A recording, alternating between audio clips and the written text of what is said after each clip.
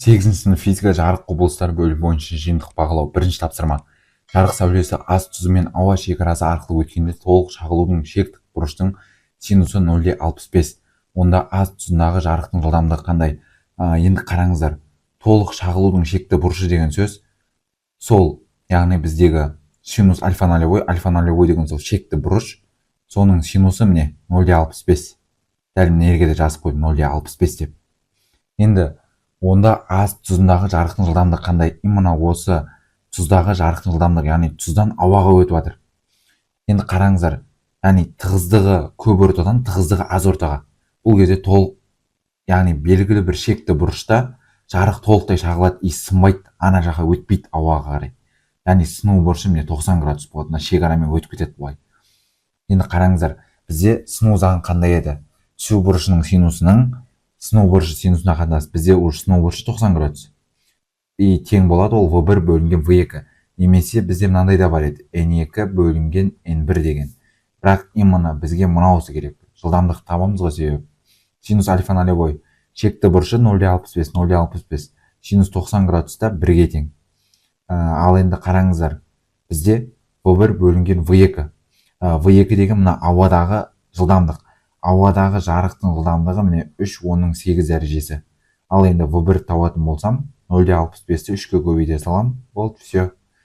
1,95, 18 дәрежесі метр бөлінген секунд болады. Кеттік келесі, шашыратқыш линзаның дұрыс шартты белгісін анықтаңдар. Шашыратқыш линза мына 3-ші суретте тұр. Яғни шашыратқыш линзада бізде былай болады, мына былай, былай кетіп қалған. Шартты белгісі бұл неден шықты? Негізі шашыратқыш линзаға қарайтын болсақ, ол мынадай ғой. Міне, шашыратқыш линза мынадай болады. Міне, кәдімгі өмірдегі суреті осындай. Мынау шашыратқыш линза.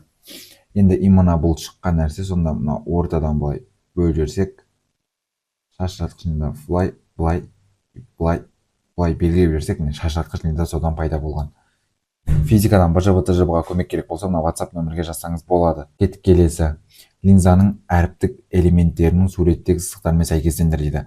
Бұл жердегі түскен сәуле, мынау N-сы деп отқанымыз осы бізде түскен сәуле болады.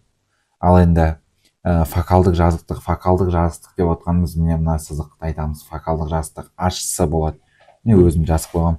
Бас оптикалық ось міне мынау. Мына жерді біз бас оптикалық ось дейміз мына сызықты. Оптикада ол міне EK тұр. Линзаның шартты белгісі. Линза бізде мынау AV линзасы. AV жинағыш линза. Линзаның фокусы. Бізде фокустар орналасқан мынау L-да и мынау D-да. Одан кейін барып оптикалық центр, ол міне линзаның оптикалық центрі С нүктесі болып тұр.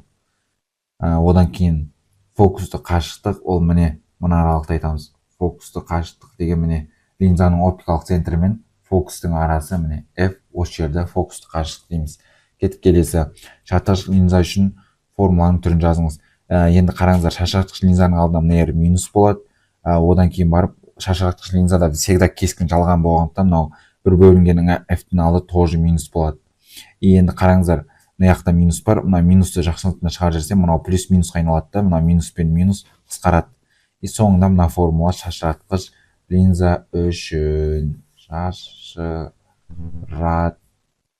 шашыратқыш. Келесі, линзадан 20 см қашықтағы дененің экрандағы кескіні 4 есе үлкейтілген жағдайдағы линзадан денеге дейінгі арақашықтықты анықтаңдар дейді.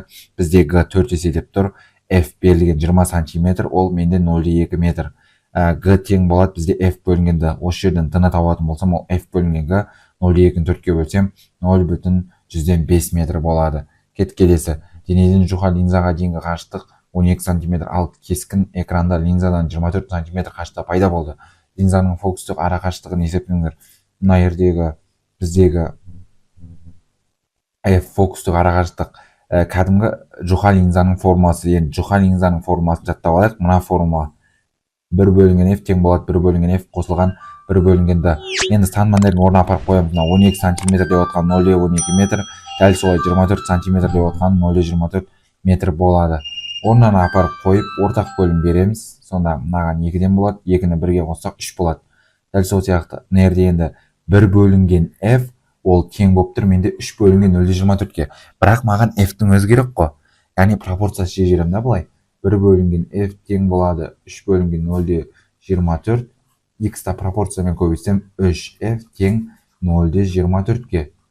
Енді мына жерде f астына бөлу болып кетеді ғой, сонда 0,24-ті 3-ке бөлсек 0,8 метр.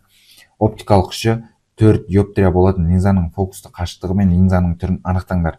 Бізде d тең 1 бөлінген f. Именно осы жерден f-ті табатын болсақ, орындары ауыса салады, форманы құртсақ 1 бөлінген d.